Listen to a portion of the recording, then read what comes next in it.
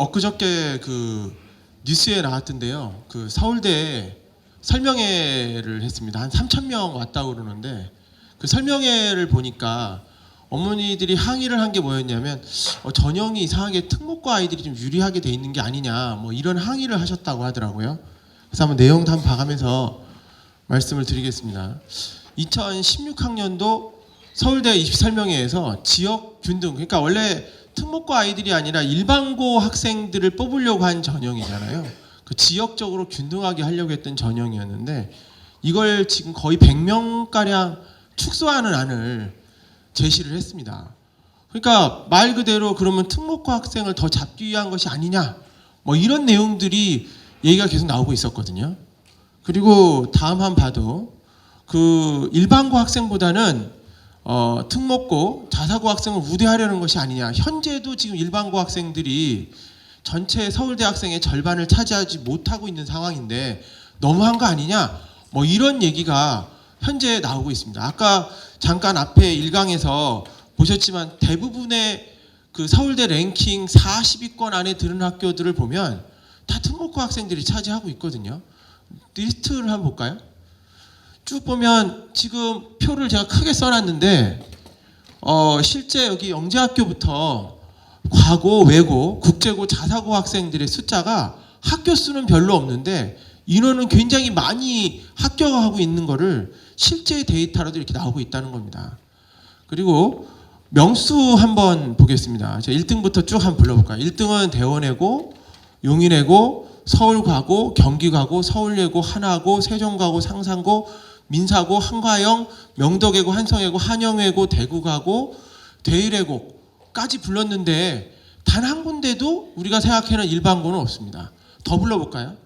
선화외고, 현대청원고, 포항제철고, 안산 동산고, 한일고, 경기과고, 세아고, 고양외고, 국립국악고, 경기외고, 대전과고, 휘문고, 중동고, 경기고, 부산과고 뭐 이렇게 쭉 있습니다. 다 마찬가지로 어떤 학교를 불러도 최소한 서울 지역 자사고는 되는 학교들이 서울대 합격생 수를 그래도 30명 이상을 배출하고 있고 그런 상황이 현재 나타나고 있다는 겁니다. 10몇 명 이상. 그러니까 다른 일반고 학생들은 서울대 동문회도 못하겠어요. 명문이라고 우리 했던 학교들도 사실 이런 상황이 자꾸 생기는 거죠. 그러니까 어떻게 보면은 왜 이렇게 특목고 아이들을 유리하게 하느냐. 서울대만 이렇게 뽑으면 연고대는 덜 뽑냐. 연고대는 더 하겠죠. 뭐 서울대는 정부의 눈치라도 보니까 좀 이렇지만 연고대는 훨씬 더 심하겠죠. 현재 이런 현상들이 자꾸 일어나고 있다는 게 현재 지금 현실입니다. 그런데 이렇게 여기서 주목해야 될 거는 당연히 이런 상황들이 계속 지속될 가능성이 높다는 거죠. 왜냐하면 앞으로 자꾸 대학에서도 이런 학생들을 뽑으려고 하기 때문에 특목고 학생들을 뭐 정부의 대학에서는 왜 특목고 학생을 뽑으려고 하는가? 왜 우수한 학생을 뽑으려고 하냐면 나중에 취업을 좀 잘 되게 해서 우리 학교 아이들이 나와서 삼성도 많이 가고 LG도 많이 가고 이런 학생들을 뽑아야 되는데 그렇게 하려면 원래부터 잘해를 뽑는 게 훨씬 좋잖아요. 그런 생각이 들어서 특목고 학생들을 자꾸 선호를 하고 있는 그런 상황이 됩니다. 보면은 그래서 특목고 자사고 학생들은 현재 합격생 수가 서울대 합격생 수나 연고대 학생 수가 점점 증가하고 있고 일반고 학생들은 점점 감소하고 있는 추세로 가고 있다 이겁니다. 그러니까 결론은 딱 나왔네요. 어떻게 할 건지 결론은 특목고를 가는 것이 맞겠다 이런 결론이 나올 수밖에 없지 않습니까? 보면은 하나 더 볼까요? 그러면 왜 제가 이런 생각을 하게 되었느냐? 그리고 실제적으로 어떻게 해서 우리가 이렇게 하게 되었는가를 생각을 해보면 이렇다고 보시는 거죠. 대학에서는 우수한 학생들을 뽑고 싶어 하는 거는 당연한 겁니다. 그런데 실제 특목고 아이들이 우수한 아이들이 많이 모여 있는 거는 누구나 다 알고 있는 사실입니다. 우리나라가 그 산불 정책이라고 해서 그 세 가지 안 되는 게 있습니다. 대학에서 뽑을 때. 한 가지는 뭐냐면 기부 입학 안 됩니다. 왜냐하면은 뭐 내가 한 2억 정도면 연대 들어가고 뭐 1억 정도면 국민대 들어가고 이러면 공부할 필요가 없습니다. 돈만 모으면 되거든요. 근데 사실은 말이 안 되잖아요.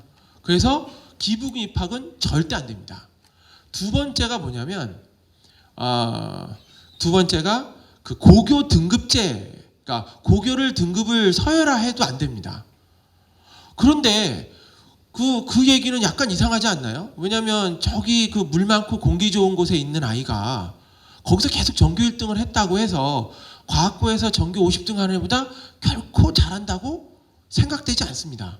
저도 생각하지 않고 아마 어머님도 그럴 거고 대학도 그렇고 모든 사람들이 그러지만 정부에서는 그걸 갖고 절대 고교 등급제를 할 수 없다라고 합니다.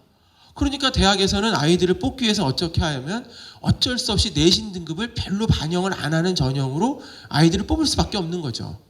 그래서 그런 부분이 있고요. 세 번째가 뭐냐면은 본고사, 대학별 본고사를 볼 수 없게 합니다. 요즘엔 좀 바뀌어갖고 논술을 본고사처럼 좀 봐서 그런 부분들은 많이 사라졌는데 사실상 그런 부분들이 있습니다. 그러니까 그 실제적으로 뭐 내신이 어쩌냐 뭐가 어쩌냐 당연히 내신 좋아야 되는 건 당연하지만 특목고 학생들이 내신 좋아서 예를 들어서 아까 뭐 대원외고에서 뭐 서울대 한 90명 가고 용인외고 뭐 서울과학고 70명 80명 이렇게 들어가는데 서울과학고 정원이 120명 70명 들어가면 내신이 한 7등급 돼도 어떻게 서울대 들어간다는 얘기인데 그런 아이들이 어떻게 들어가냐는 말입니다. 바로 실제 내신 비율을 별로 보지 않는 그런 특별 전형 같은 걸 통해서 실제 아이들을 뽑고 있기 때문에 그렇습니다. 한 번 더 보겠습니다. 그래서 특목고 자사고 학생들이 유리한 전형들을 현재도 자꾸 만들어가고 있습니다. 뭐 제일 쉬운 건 그렇죠. 옛날처럼 저희가 그 수능을 딱 봐요. 수능을 봐서 1등부터 5,000등까지는 서울대, 5,001등부터 만 1등까지는 연고대 뭐 이렇게 순서대로 넣어주면 괜찮았었을 겁니다. 별로 복잡하지도 않고 1등을 높이기 위해서 공부만 하면 됐었습니다. 근데 지금은 그게 아니고 그런 형태가 아니잖아요. 지금 그게 아니라 수시로 넣으면 내가 얼마큼 스펙을 했고 얼마큼 비교과를 했고 얼마큼 잘 챙겼는지를 잘 서류에 녹여낸 걸 갖고 실제 아이들을 뽑고 있지 않습니까? 근데 그 서류를 정말 잘 만들어주는 데가 실제 특목고 학교입니다. 내가 어느 학교를 가려고 그런다 그러면 그런 실험을 한 거라든지 이런 부분들을 거기에 잘 녹여서 설명을 잘 써줍니다. 그러니까 당연히 이 서류만 갖고도 충분히 아이들을 뽑아낼 수 있는 거죠. 일반고에서 그걸 준비하려면은 실제 어머니가 굉장히 많은 노력을 해야만 그와 비슷한 실적을 만들어낼 수 있습니다. 물론 그렇게 하면 충분히 가겠죠. 방법은 없는 건 아니니까요. 그렇지만 사실 그런 실적을 만들어낸다는 게 그리 쉬운 건 아니기 때문에 그래서 어떻게든 특목고를 한번 가보자. 특목고를 어떻게 지원해보자. 이렇게 준비를 하는 거고요. 만약에 내가 중학교 때 특목고를 정말 열심히 준비하다가 경쟁률이 그래도 한 3대1 되니까 3명 중에 2명은 떨어지고 1명 가지 않습니까? 그 떨어진 애들이 뭐 이쪽 중계동에 뭐 대진고도 하고 서라벌고도 가고 해서 거기서 전교 석차가 좋아서 서울대도 가고 연고대를 가는 거지. 특목고 준비 안 하고 중학교 때 그냥 학교 내신 열심히 하고 뭐 이 정도만 준비하다가 이제 고등학교 때 공부해야지 라고 해서 공부해갖고 서울대 가고 연고대 가는 애는 거의 못 봤습니다. 이번에 서울대 뭐 치대 들어간 애, 의대 들어간 애 다 마찬가지고요. 뭐 연대 고대 들어간 애 다 마찬가지입니다. 이번에 저가 이제 아이들 가르치고 난 다음에 나중에 대학을 들어간 다음에 애들이 찾아와요. 뭐 저 이번에 대학 들어갔는데 혹시 알바할 거 없습니까? 뭐 해서 아이들이 한 20명 이렇게 처음엔 한 5명이 모였는데 뭐 저녁 좀 사주세요. 그래서 좋다 와라. 그러면 점점점 늘어나서 그게 20명이 됩니다. 처음에는 뭐 간단하게 뭐 우리 그냥 고기라도 먹을까 하고 샀는데 얘네들이 얼마나 많이 먹는지 여학생도 한 4인분 5인분 먹는데 깜짝 놀랐습니다. 진짜. 그런데 얘들을 물어봤어요. 야, 너 어디 갔니? 그러면 어차피 우리가 특목 같이 했던 애들도 있으니까 물어보면 모카도 연고대는 다 갔더라고요. 가서 야, 너 어디? 난 연대, 뭐 고대, 어떤 녀석 의대, 어떤 녀석은 의대 가고도 다시 또 재수해 서울의대 간다는 녀석도 있고 별 녀석이 다 있더라고요. 그러니까 실질적으로 아이들이 그렇게 했던 아이들이 일반고가 안에도 있고 특목고 안에도 있는데 나중에 모이면 다 아이들이 그 팀이 되고 그 정도 되더라고요. 그래서 저는 생각한 게 특목고 공부하는 거는 뭐 믿져도 남는 장사다. 실제 떨어져도 남는 장사다. 이런 생각이 들 정도로 사실상 상당히 중요한 부분이 아닌가 이렇게 생각이 듭니다. 뭐 아까도 잠깐 그 앞에 임정빈 대표님이 얘기했지만 대학에서 뽑는 전형이나 특목고에서 뽑는 전형이나 거의 똑같습니다. 그 글자 수가 좀 다르죠. 조금 다른 거. 그 정도 차이가 있는 거고요. 그런 얘기 하잖아요. 민사고 들어가려고 노력한 거에 한 4분의 1만 노력해도 서울대는 갈 수 있다. 이렇게 얘기를 합니다. 정말로 실제 그렇습니다.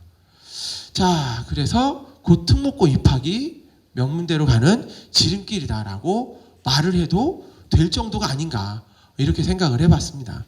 앞에 얘기는 왜 내가 특목고를 가야 될지 뭐 이런 부분에 대한 내용이고요. 도대체 그러면 이런 학교들이 어떻게 뽑는지 학교별로 저는 사실 중간에 들어와서 실제적인 얘기를 해야 되잖아요. 이런 애가 붙었고 그렇잖아요. 그리고 시험 문제는 이렇게 나왔고 그래서 우리가 어떻게 준비해야 되고 그냥 사실대로 실제적인 얘기들만 간단하게 한번 생각을 해보겠습니다. 전국 단위 자사고라고 하는 데는 민사고, 하나고, 상상고, 용인외고, 뭐 이런 한일고 이런 학교들이 있습니다. 공주 사대부고, 현대처음고 뭐 여러 가지 학교들이 있는데 이런 학교들은 물론 내신 성적이 그 전 과목을 들어간 학교도 있고 5과목만 들어간 학교도 있는데 가중치라는 게 있기 때문에 국어, 영어, 수학, 과학, 사회 성적이 A만 되면 충분히 노려볼 만합니다. A란 얘기는 90점 이상. 모든 과목이 다 90점 이상이면 됩니다. 국어, 영어, 수학, 과학, 사회. 뭐 예를 들어서 우리 아이는 은미체나 뭐 기술 뭐 이런 것까지 다 잘한다. 그건 굉장히 좋지 않습니까? 그런 경우도 상관없습니다. 모든 과정이 어쨌든 제일 중요한 게 국어, 영어, 수학, 과학, 사회가 제일 중요한 과목이고 나머지 과목도 점수는 잘 챙겨 놓으시는 게 제일 좋습니다. 그런데 우리가 아시겠지만 90점 이상이 점수를 맞는 과목당 90점 이상 점수를 맞는 퍼센트가 21%에서 25%? 그러니까 20% 정도 되면은 실제적으로 학교 점수 기준으로 90점을 맞습니다. 근데 전국 단위 자사고는 전국에서 몇 명 안 뽑잖아요. 그러니까 오는 애들이 대부분은 A거나 B가 있어봐야 뭐 80점대가 있어봐야 한 두세 개, 뭐 많아야 두 개, 한 개, 두 개밖에 없어요. 그러니까 실질적으로 내신에서 점수 차이가 많이 안 납니다. 이번에 상상고에서 그 점수표가 올라왔더라고요. 올라와서 아이들 점수를 이렇게 넣어봤거든요. 그래서 제가 애가 봤더니 2학년 때 B가 하나 있어요. B를 딱 넣어봤어요. 과학에서 B가 나왔길래 B를 딱 넣어봤더니 0.3점 빠지더라고요. 400점 만점에. 0.3점 빠지면 그게 무슨 의미가 있어. 그렇잖아요. 아무 의미가 없어요. 0.3점이 빠지더라니까요. 그래서 야 이건 큰 차이가 없게끔 만들었구나 이런. 근데 이제 B를 뭐 주요 과목 영수과나 이런 쪽 주요 과목을 또 탐학년 거를 B를 만들어 놨더니 그건 점수가 좀 한 2점 정도 빠지더라고요. 그러니까 3학년 거는 점수가 들어가는데 2학년 거까지는 뭐 큰 차이가 많이 나오진 않더라고요. 특히 이제 상상고 같은 경우는 수학을 중요하게 보거든요. 수학을 잘하는 애들을 뽑으려고 해요. 그 학교는 우리 고등학교 때 수학 정석이라는 책을 공부를 했었거든요. 그 정석을 썼던 저자 선생님께서 만든 학교가 상상고등학교라 아무래도 수학을 잘해야 가는 학교입니다. 뭐 그런 형태거든요. 전국 단위 자사고로 갈 때는 제일 중요하게 생각하는 것이 국어, 영어, 수학, 과학, 사회 과목이고 만약에 내 상상고를 넣는다. 그럼 특히 수학을 잘해야 됩니다. 이렇게 생각을 하시면 되고 2단계에서 면접으로 사실상 아이들을 선발을 합니다. 그 다음에 외고하고 국제고는 똑같아요. 그냥 똑같은데 내신 성적이 영어 하나만 봅니다. 2학년 1학기, 2학년 2학기, 3학년 1학기, 3학년 2학기 영어 성적 딱 한 가지만 봅니다. 정말 특이한 건 올해의 모든 학교는, 그러니까 외고하고 국제고를 제외한 뭐 과학고가 됐던 자사고 모든 학교는 상대 평가 점수를 어디도 반영하지 않는데 외고만 하고 국제고만 유일하게 3학년 1학기에 영어 내신 성적의 상대 평가에 등급표를 제시할 수 있습니다. 그러니까 그 2학년 때까지는 그냥 A고요. 3학년 때까지만 어떻게 되는 거예요? 영어가 예를 들어서 4% 이내면 만점. 11%까지는 한 점수가 한 2점, 1.7점 정도 감점이 됩니다. 그 정도 점수의 감점이기 때문에 사실상 큰 점수의 감점은 하지 않지만 유일하게 외고만 영어 성적 한 개만 갖고 내신을 이렇게 평가를 합니다. 그러니까 막 예를 들어서 내가 그 아이를 갖고 외고를 간다라고 해서 대원외고를 넣겠다. 라고 하면 대원외고는 외고 중에 제일 좋거든요. 그러니까 이런 애들은 영어는 3학년 때 성적은 반드시 4% 이내에 드는 게 제일 좋습니다. 떨어질 가능성이 없죠. 그런데 만약에 내가 아니다. 뭐 3학년 때 가봤더니 2학년 때 모두 A였는데 3학년 때 갔더니 B가 뭐 2등급이 좀 나오는 것 같아. 뭐 예를 들어서 뭐 한 11% 정도 든 것 같다. 그게 한 2번 있는 것 같다. 그러면 대원을 넣지 말고 대일이나 서울로 빨리 바꿔야겠죠. 이쪽 지역이니까. 그래 어쨌든 서류는 통과해야 뭘 하지 않겠습니까? 그래서 그거는 이제 선택적으로 우리가 어떻게 할지를 정하시는 게 제일 좋습니다. 그러고 난 다음에는 면접 40점으로 결국 선발하기 때문에 내신은 아까 말한 대로 등급 한 등급 차이 나면 1.7점 뭐 이렇게 점수가 빠지거든요. 근데 작년도에 서울외고, 대일외고 그 내신 커트라인이 151점 뭐 이런 식으로 나왔어요. 그러니까 올해 생각을 해보면은 2등급이 그러니까 11%가 2개 정도 있어도 서울이나 대일 같은 경우는 내신을 통과하는데 크게 무리는 없을 것 같습니다. 그리고 대원 같은 경우에는 하나 정도 2등급이었었는데 어차피 2학년께 모두 A니까 제 생각에는 대원을 통과하려면 모두 1위야 되지 않겠는가 이렇게 생각을 해보고 있는 부분입니다. 세 번째로 이렇게 되죠. 2학년 거는 절대 내신제, 3학년 거는 석차 내신제. 유일하게 외고만 그렇게 됩니다. 성적표에서도 상대평가 내신제는 안 나오는데 외고에서 쓰는 내신을 끊어갈 수 있게끔 이렇게 되어져 있습니다. 그리고 이제 볼까요? 다음 거. 세종과학고하고 한성과학고, 뭐 다른 학교도 마찬가지겠지만 과학고에서는 1차 내신이 당연히 아까도 말했지만 내신은 절대평가 내신이지 않습니까? 그냥 90점 이상. 이게 제일 중요한 거고요. 혹시 만약에 B가 있다면 한 개 정도는 가능하지만 2개 이상 넘어가면 좀 힘들지 않겠나 이렇게 생각을 하고 있습니다. 90점 이상이면 모두 A를 줍니다. 내신 성적은 수학과 과학 성적만 반영을 하게끔 되어져 있습니다. 그거는 교과부에서 실제 지침을 내린 거고요. 다른 성적을 이렇게 볼 수는 있어도 사실상 반영할 수는 없습니다. 그러니까 수학과 과학 내신이고 모두 A 90점 이상이면 실제 내신 성적에서는 크게 부담은 없을 것이다. 그러니까 얘네가 과학고에서 굉장히 당황스러운 거예요. 과거에는 상대평가제도 있고 점수 반영제도 있고 하니까 어떻게 좀 걸러낼 수가 있었거든요. 서류에서. 그러니까 이번에는 걸러낼 수가 없잖아요. 애들을 서류에서 걸러낼 수 있는 방법이 별로 없는 것 같아. 그리고 이 서류가 진짜인지 아닌지도 굉장히 의심스러워. 왜냐하면 서류는 제가 써줄 수도 있잖아요. 아이들을.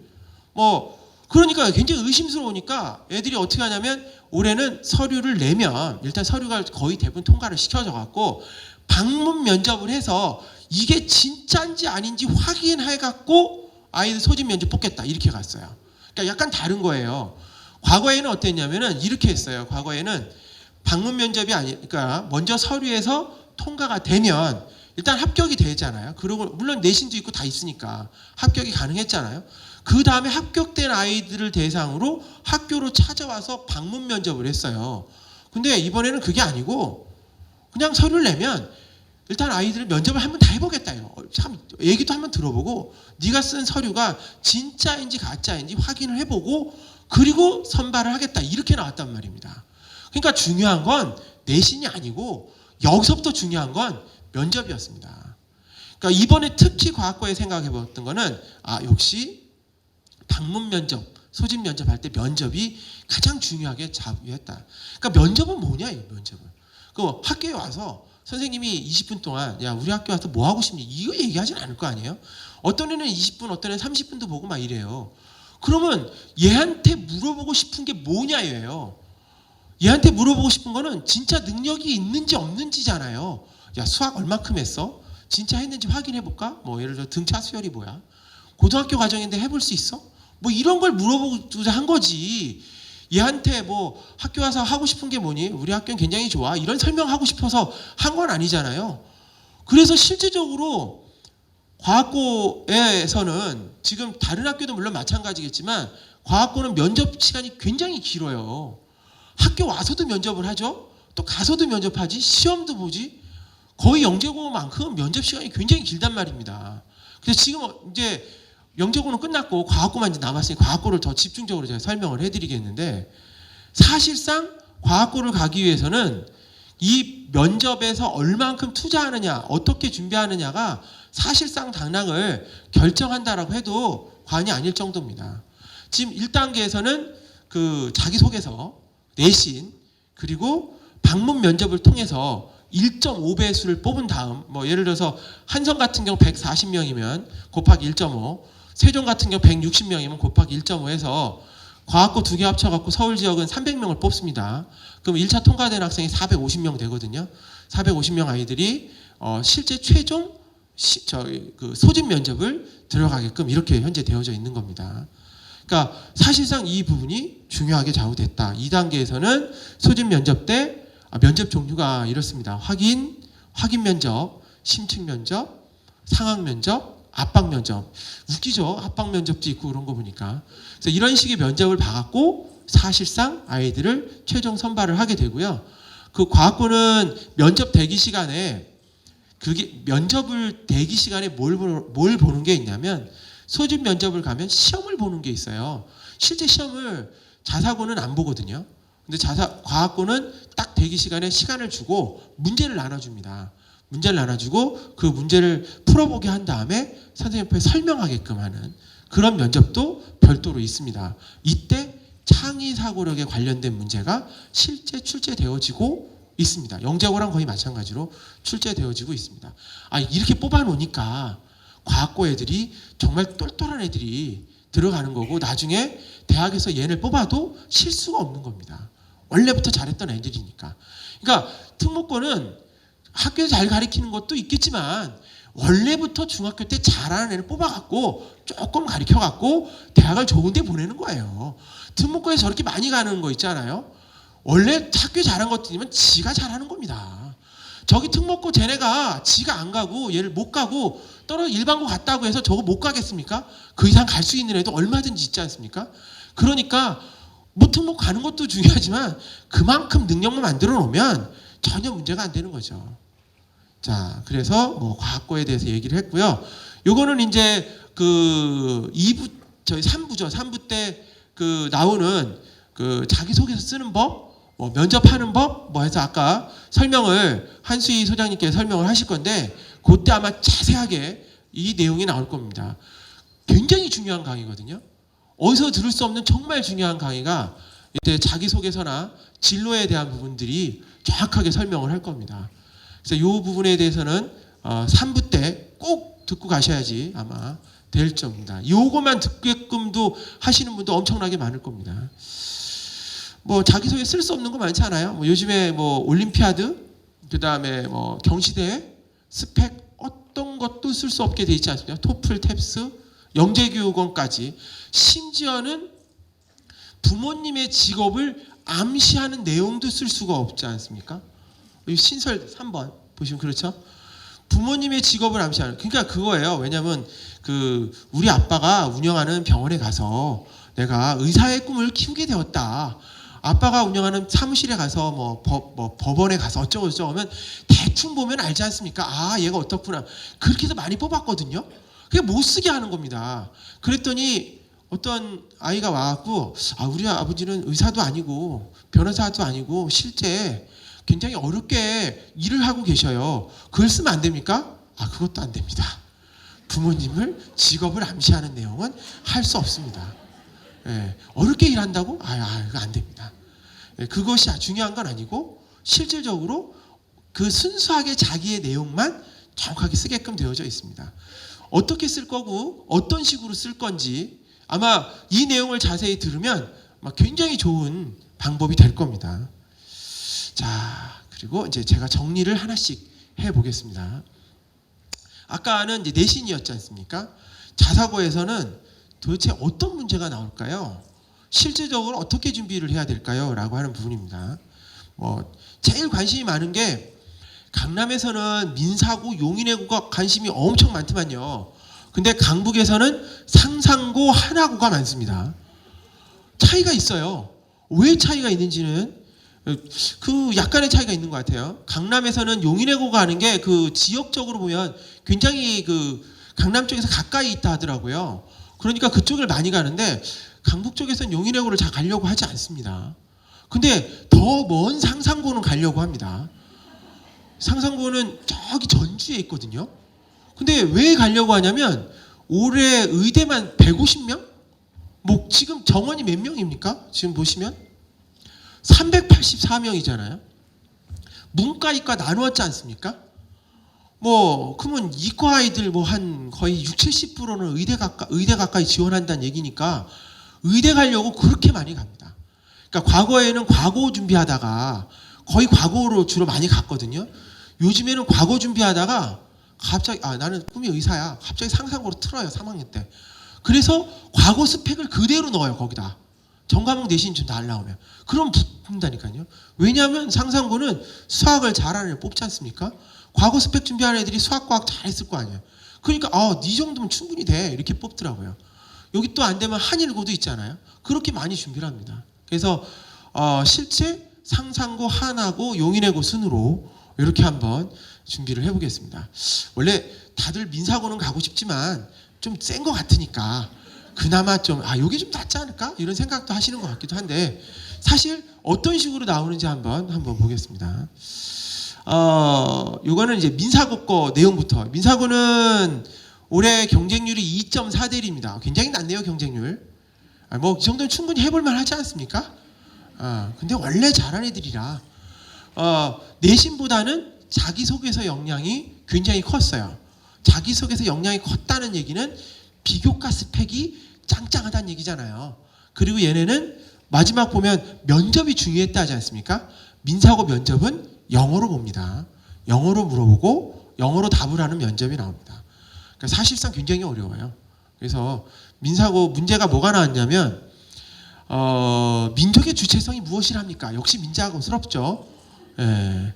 그 다음에 0과 1 사이에 무리수 하나 얘기해보고 무리수인지 왜 무리수인지를 설명해보라 이렇게 하는 이런 문제가 나왔습니다. 그러니까 저는 면접 때 인성에 대해서 많이 물어볼 줄 알았습니다. 근데 결국 봤더니 이런 걸 물어보고 있어요. 그리고 유전학에 관심이 많다며 감수분열이 뭔지 말해봐 이렇게 물어본 겁니다. 얘는 민사고를 할 때 좀 이과 성향을 좀 가지고 있는 학생으로 넣은 거예요. 그러니까 자기가 그걸 넣었으니까 그걸 집중적으로 물어보는 겁니다. 그러니까 사실 강북에서 자사고 들어갈 때 있잖아요. 절대 인문계열로 안 넣습니다. 왜냐하면 인문계열로 넣으면 강남 애들이 밀려요. 왜냐하면 자기가 해외에 나가서 엄청나게 그 많은 공부를 한 상황을 자기소개서에 막 넣고서 자기가 글로벌 리더 어쩌고저쩌고 넣거든요. 근데 실제 그런 애들이 강북에는 별로 없어요. 열심히 중학교를 열심히 다닌 거, 학교를 광고를 열심히 한 애들밖에 없어. 그러니까 자사고를 넣으려고 보니까 그런 쪽에 글로벌 리더에 어쩌고 넣으려고 보니까 넣을 게 없는 거야. 그러니까 얘네들이 어떻게 하냐면 할 수 없이 이과 성향으로 넣는 거예요. 원래 강북 아이들은 이과 성향 애들이 많이 넣고 저 강남 아이들은 국제나 인문 성향을 많이 넣는다고 하는데 강남 아이들은 수학, 과학도 원래 잘합니다. 원래 잘하는데 실제 이게 더 잘하니까 그렇게 늦는 거예요. 강북 아이들이 수학과학을 더 잘하고 강남 애들이 뭐 걔네들이 뭐 언어나 뭐 이런 부분만 잘하는 게 아니고 정말 잘하긴 잘하는데 사실상 그래서 강북 아이들은 이쪽 분야, 그러니까 수학 과학 분야를 좀 많이 강조해서 막 거기다가 넣습니다. 뭐 한학고를 넣을 때도 그렇고 용인외고를 넣을 때도 그렇고 실제적으로 이렇게 넣습니다. 그래서 이 내용을 한번 제가 봤고요. 만약에 지구인 가이드라면 외계인에게 사랑을 어떻게 설명할 것인가? 직접 한번 설명해 보실까요? 제가 외계인을 한번 모셔오겠습니다. 이렇게. 뭐라고 설명할까요? 예, 굉장히 당황스럽겠죠. 예. 아니 나는 정석에는 이런 말을 본 적이 없는데 얘한테 내가 뭐라고 설명을 해야 되지? 아니 도대체 당황스럽잖아요. 실제 이런 것이 상황 면접, 그러니까 이런 상황을 딱 주고 네가 어떻게 설명할래라는 상황을 주는 상황 면접에 대한 거를 해주는 겁니다. 잘 그걸 대처해 나갈 수 있냐. 근데 이거는 아까 일부에서 얘기했던 대기업에서 면접을 하는 거나 대학에서 면접하는 거나 거의 유사하지 않습니까? 외계인은 빨리 치우도록 하겠습니다. 네. 다음은 한학고. 한학고도 마찬가지입니다. 다른 건 볼 필요 없고요. 한학고는 글로벌 리더에 맞는 공부만 잘하는 학생이 아니라 다양한 경험을 가진 학생을 뽑는다. 이 내용입니다. 그런데 제가 왜 한학고 얘기를 말씀드리냐면 올해 들어간 애들 한학고 입시를 치르면서 작년하고 약간 다른 점이 있었습니다. 작년에는 그러니까 재작년에 들어간 아이들이죠. 재작년에 들어간 아이들은 정말 전교 1등을 하고 자기소개서 내에 저는 학과 공부를 정말 열심히 하였습니다. 제가 중간고사나 기말고사 때 스터디 플랜을 만들어서 잘 공부를 하였습니다라고 했던 애들이 실제 붙었습니다. 근데 올해 입시를 치르면서 딱 느꼈던 건 뭐냐면 그런 애들은 못 붙었습니다. 전교 1등도 다 떨어졌어요. 문제는 다양한 경험을 했던 아이들을 뽑았다는 거예요. 얼만큼 공부를 많이 했느냐를 뽑았지 중간고사 때 중간고사 과정 정말 열심히 하고 기말고사 때 기말고사 과정 정말 열심히 하는 애를 뽑고 싶어 하지 않는다는 거죠. 그래서 실제 한학고든 뭐 민사고든 다 마찬가지인데 얘네들이 뽑고 싶어 하는 애들은 정말 다양한 경험을 많이 했던 이런 아이들. 그 강북 아이들은 이때 수학 과학 분야에 능력이 있는 것처럼 잘 써야 되지 않습니까? 실제 없어도 있는 것처럼 써야 되는 거예요. 그래 어떻게 서류가 되니까. 그리고 나중에 면접을 잘해야죠. 실제 능력을 가져야 되는 거지만 사실상 그렇게 해서 들어가는 거거든요. 그래서 이 과정이 제일 중요한 겁니다. 저는 어차피 직접적으로 애들하고 맨투맨으로 가장 초접점에서 아이들하고 얘기를 하기 때문에 가장 실제적인 가까운 얘기를 말씀드리는 겁니다. 실제 문제는 이렇게 물어봅니다. 학생이 선행학습은 학교 교육에 도움이 될 거라는 토론을 했다는데 학생이 한 의견과 그 근거를 말해봐. 뭐 이런 의견이라든지 자소서에 이렇게 썼네. 인문학은 모든 학문의 중심이라고 뭐 이런 식의 내용을 썼다는데 어떻게 할래? 그러니까 결과적으로 자기소개서에 있는 내용을 잘 설명할 수 있고 그 외 공통 질문을 하게끔 그런 식의 문제가 나옵니다. 학생이 똑같은 얘기죠. 얘가 선행학습의 수학 심화도 많이 풀었다는데 당신은 수학을 정말 잘합니까? 그거 말하면 증명해봐. 뭐 그런 내용이잖아요. 정말 잘합니까? 라고 말했는데 네. 그래서 어쩌라고? 아무 말도 안 하면 그 면접관이 얼마나 당황스럽겠습니까? 전 정말 수학을 잘합니다. 왜냐하면 무슨 말이 나와야 될 거 아닙니까? 거기서부터 뒤 연결해서 무슨 말이 나와야 되기 때문에 그렇게 설명을 하는 것이 가장 유리합니다. 또 볼까요? 여기는 용인외고입니다. 어차피 큰 차이가 없고요. 더 한번 볼까요? 요거는 상상고입니다. 제가 상상고를 한번 또 소개해 드릴게요.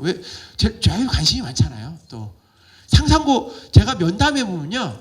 상상고가 제일 많습니다. 자사고 한다 그러면 다 상상고 얘기를 합니다. 왜 그러세요? 의대 가야죠. 딱 얘기를 합니다. 그러면 왜 상상고로 가려고 합니까? 우리 애가 수학은 좀 잘하거든요. 이렇게 얘기를 딱 하면서 상상고 얘기를 딱 나옵니다. 상상고 한번 정말로 한번 해보겠습니다. 이 학교가 정말 맞는지. 항상 얘기한 건 뭐냐면 내신 자체를 신뢰할 수 없다. 올해 경쟁률이 올해 들어올 때 경쟁 2.25대 1입니다. 올해는 현재 경쟁률이 오를 것으로 예상하고 있습니다. 한 3대1 정도, 4대1 정도 오를 것으로 현재 예상을 하고 있고요. 학교에서 얘기한 겁니다. 내신 자체는 믿을 수 없습니다. 왜냐하면 정말 그 물 맑고 공기 좋은 곳에 있는 중학생들이 요 중계동 은행 사거리에서 정말 치열하게 경쟁하는 아이들보다 결코 내신 성적이 좋다고 생각할 수 없기 때문이죠. 그러니까 내신만 갖고 아이들 뽑아보면 문제가 생긴다는 걸 이미 알았거든요. 그래서 내신만 갖고 선별할 수 없다라고 해서 A 학교의 1등급과 B 학교 1등급이 결코 같다고 생각하지 않는다. 그럼 뭘 갖고 뽑냐? 결국 면접을 갖고 뽑을 수밖에 없지 않냐라는 겁니다. 면접을 통해서 학생의 실력을 뽑겠다, 뭐 이런 얘기죠. 잠재력과 뭐 결과적으로 뭐 능력을 선별하겠다라는 게 주요한 내용이었다는 거죠. 자, 기출 문제 잠깐 보여드릴까요? 잠깐만요. 기출 문제. 자, 볼까요? 전주에 이건 상상고는 전주에 있어요. 전주에 있으니까 전주에 중학교가 20개가 있나 봅니다. 진짜로 20개가 있는데 각 학교당 한 명의 대표가 있고 20명 학생끼리 배드민턴 시합을 합니다. 우승자는 상상고에 들어올 수 있다 합니다. 실제는 아니고요. 이건 그냥 문제를 낸 거예요. 자, 당신이 게임의 운영자라면 어떻게 게임을 효율적으로 운영할 수 있는지 그 방법을 설명해라. 예상 시간을 만들어라는 겁니다. 상당히 수학적 요소도 들어가면서 문제 해결력도 들어가면서 어떻게 해야 될지 창의성도 들어가면서 굉장히 어려운 내용을 실제 물어보고 있습니다. 공통질문이지 않습니까 이게? 자기소개서 보고 물어본 건 아니잖아요. 실제 이런 식의 문제들을 물어보게 됩니다. 그러니까 실제 우리가 어떻게 생각하냐면 어떻게 보면 영재원의 시험 봤던 유형과도 유사하면서 창의성을 발휘하는 그런 문제잖아요. 아이들을 토너먼트식으로 할 수도 있고 리그전으로도 할 수 있고 그때 시간을 어떻게 할 수도 있고 정확하게 얘기를 해볼 수 있습니다. 리그전의 수가 얼마이기 때문에 나는 시간당 얼마를 배치했고 이것이 가장 합리적이었다. 뭐 아니면 토너먼트 시간으로 해서 가장 합리적이었다. 이렇게 정확하게 자기 주장을 나세울 수 있거든요. 그때의 경우에서는 어떻고 실제 시간은 얼마 걸린다라고 얘기를 면접으로 말할 수 있다는 거잖아요. 말로 설명을 해야 되는 거죠. 계산하는 게 아니고. 그렇지 않습니까? 그리고 자, 수학 공식을 유도하면서 공부했다는데 그 예를 말해봐. 뭐 이렇게 공부했다면 정확하게 그 예를 말해주는 겁니다. 그러니까 상상고는 뭐 어떻게 받은 간에 수학적인 요소를 많이 좀 생각하고 있는 부분은 많은 것 같습니다. 제가 봐도 실제 내신 비중도 가중치가 수학이 제일 높더라고요. 그런 거 보면 충분히 가능한 부분이라고 보고요. 독서, 사람이 사회에 영향을 미치는가, 사회가 사람에 어떤 영향을 미치는가, 독서에 대한 거, 자기가 읽은 책을 가지고 면접을 한 거고요. 가난하다고 꿈조차 가난할 수 없다. 뭐 유명한 책이죠. 영재고 들어가는 학생이잖아요. 한번 읽어보라 하세요. 아이들 정말 감명을 받습니다. 얘가 자기가 정말 돈이 없었기 때문에 대학에 장학금을 받기 위해서 정말 노력을 많이 한 부분, 그리고 자기가 뭐 학원을 정말 다닐 수 없었기 때문에 정말 많이 노력한 부분, 그래도 영어, 수학, 과학은 해보려고 정말 노력한 부분들이 정확하게 잘 써져 있습니다.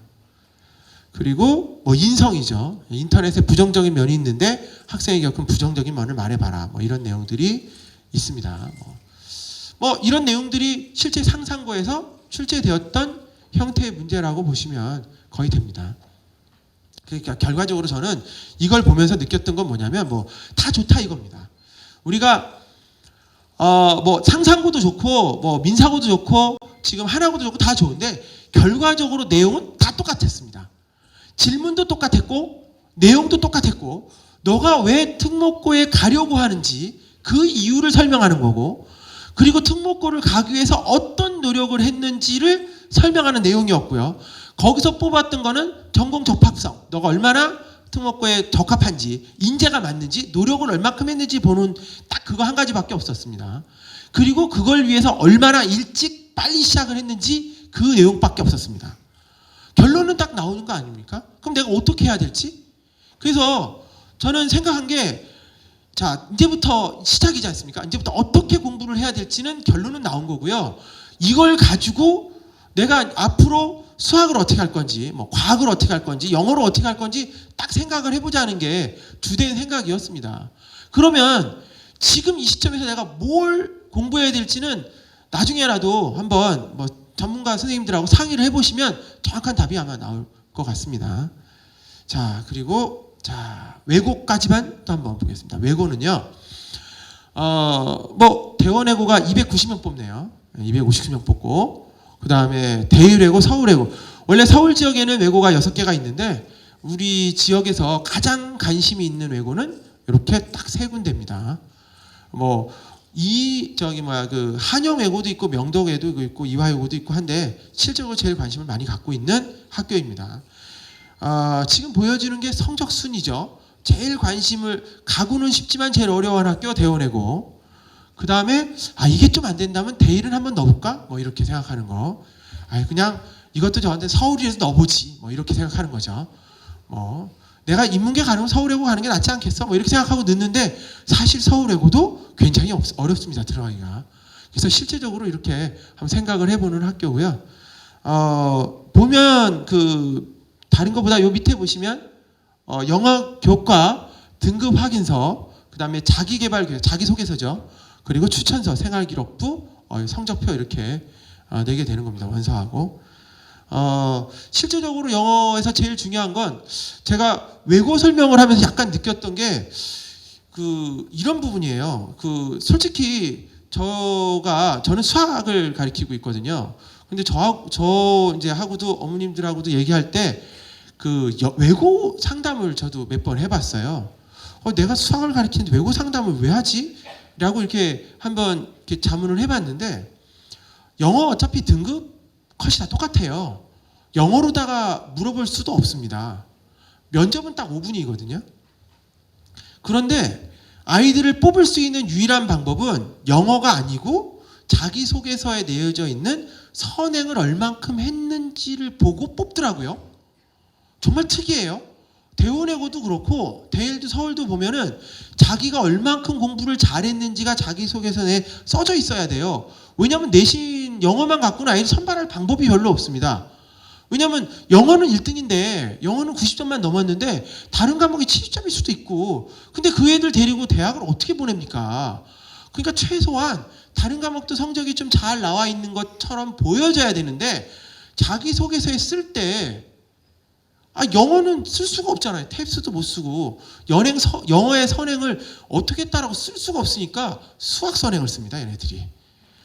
그 수학 선행은 쓰기 편하잖아요. 내 고등과정을 어떻게 했는지, 뭐 2차 함수가 어떻게, 삼각함수가 어떻다지 쓰면은 바로 나오잖아요. 얘가 어떻다는 게 고등과정이네. 뭐 수열이 어떻다 쓰면 고등과정이는 금방 아니까 얘를 딱 뽑아내는 거죠. 그걸 가지고 뽑아낸 다음에 진짜인지 확인만 하면 되는 거지 않습니까?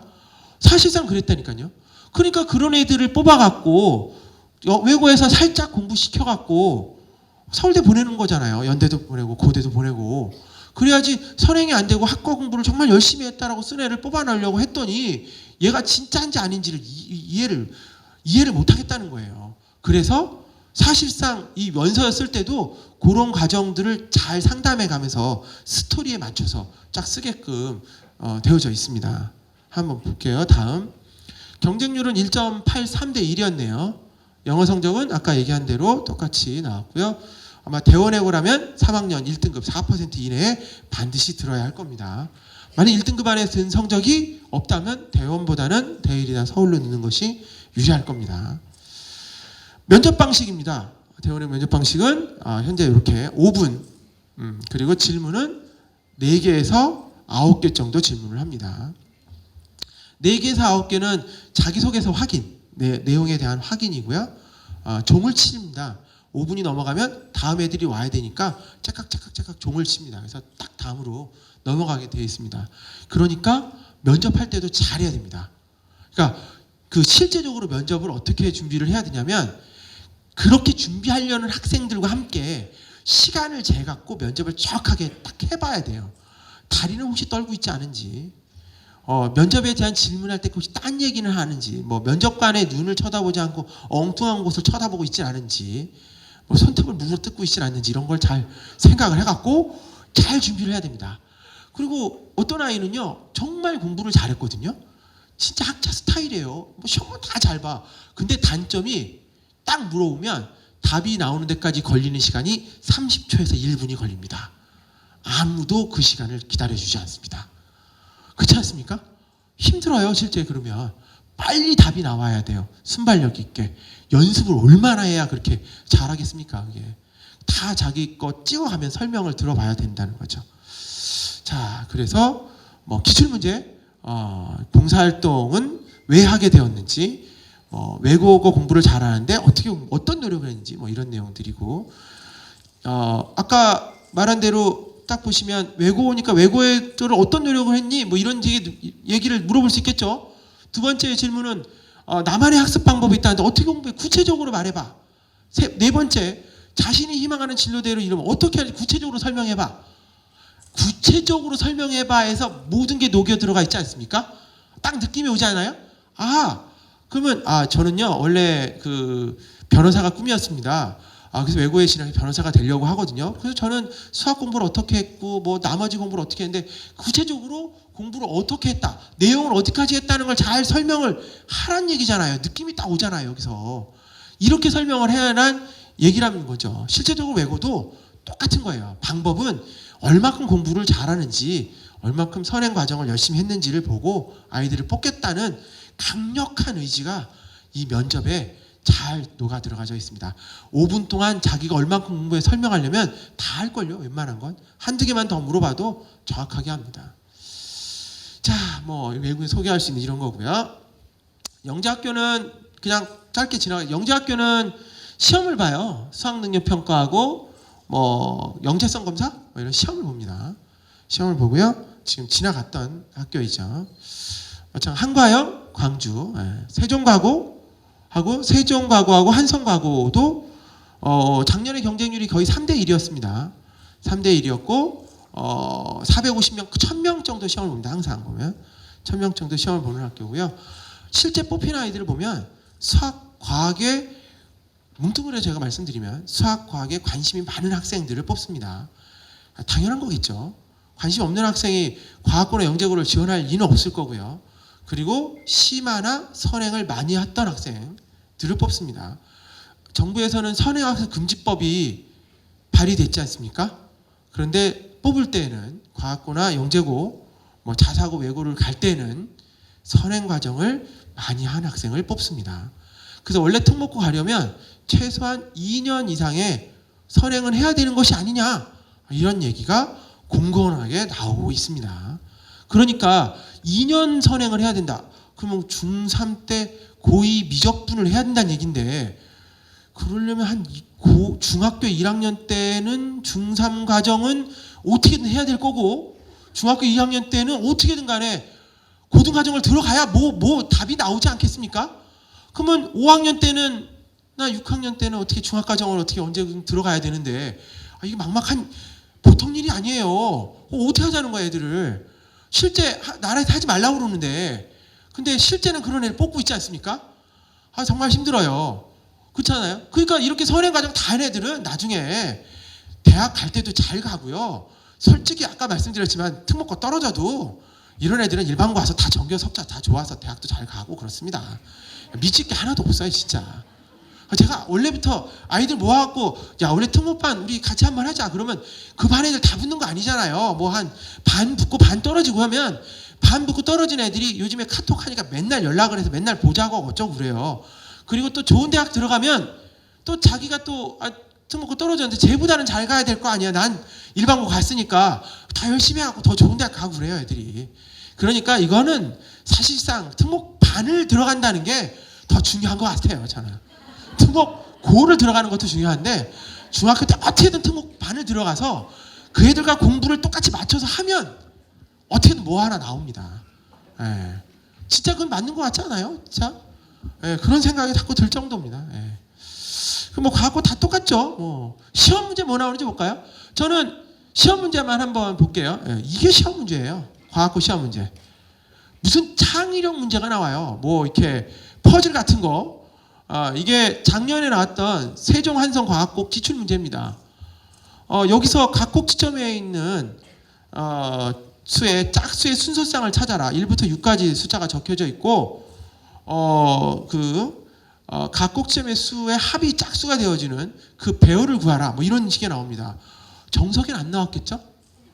정석에는 없는 문제겠지. 이거 뭐 어디서 봤겠어요? 뭐 그렇다고 경시 문제 있겠습니까? 실제 아니잖아요. 창의사고력 문제 아닙니까? 이런 게 실제가 되고 있고요. 서울영재 문제입니다. 서울과학고죠. 서울영재 문제는 이 피라미드 같은 정사면체인데 저걸 자르면 정사면체가 몇 개 나오고 정팔면체가 몇 개 나오느냐입니다. 저 2층짜리는 좀 그래도 해볼만 하거든요. 3층짜리 문제가 나왔습니다. 저게 3층이면 그렇게 2층짜리는 어떻게 될 것 같은데 저게 예고 3층이면 어떻게 할래? 뭐 이렇게 나왔습니다. 아니 3층 내가 잘라봐도 이게 쉽지 않을 것 같은데 자르는 방법의 연습을 자꾸 해봐야 되고 공간지각력이 있어야 맞출 수 있어요. 제가 이거 KMO 준비했던 애들 내줘도 못 맞춰요. 창의사고력 준비했던 애들이 맞추더라니까요. 이게 다른 방법이라는 거죠. 자꾸 이쪽으로 현재 가고 있어요. 요거는 그 광주영재학교 기출문제고요. 요것도 광주영재학교 기출문제입니다. 실제 시험 문제가 이렇게 출제가 되죠. 방법은 이렇게 준비하면 된다는 내용이고요. 영재과학고 23곡은 사고력의 기본기를 키우는 그런 문제가 되는 거다라는 얘기입니다. 저는 그냥 서울과학고의 그 가장 대표적이라고 할 수 있는 서울과학고에 나왔던 문제 그냥 간단하게 예를 들어보면 퍼즐 문제가 나왔어요. 저렇게 그 삼각자처럼 생긴 거를요 퍼즐 유형으로 자릅니다. 잘라서 저 일자 자루도 만들고 이 네모도 만들고 하는 겁니다. 이거 어디서 많이 본 것 같지 않아요? 그 유치원 때요 몬테소리 뭐 오르다 가베 뭐 이런 데서 본 것 같지 않습니까? 프레벨인가? 그것도 얘기 안 하면 또 뭐라 할 테니까 뭐 어쨌든 그런 종류들이 있어요. 예. 거기서 많이 본 것 같지 않아요? 그런데 초등학교 들어가는 순간부터 안 본 거지 않습니까? 그런데 그게 시험에 나오네요. 이렇게. 그러니까 어려운 건 아니에요. 다만 너무 옛날에 했기 때문에 당황스러울 뿐이죠. 너무 옛날에 했죠. 너무 옛날에. 이걸 갖다가 우리는 뭐라 하면 영재성 검사? 그렇게 얘기하는 거죠. 네, 영재성 검사. 실제 그렇잖아요.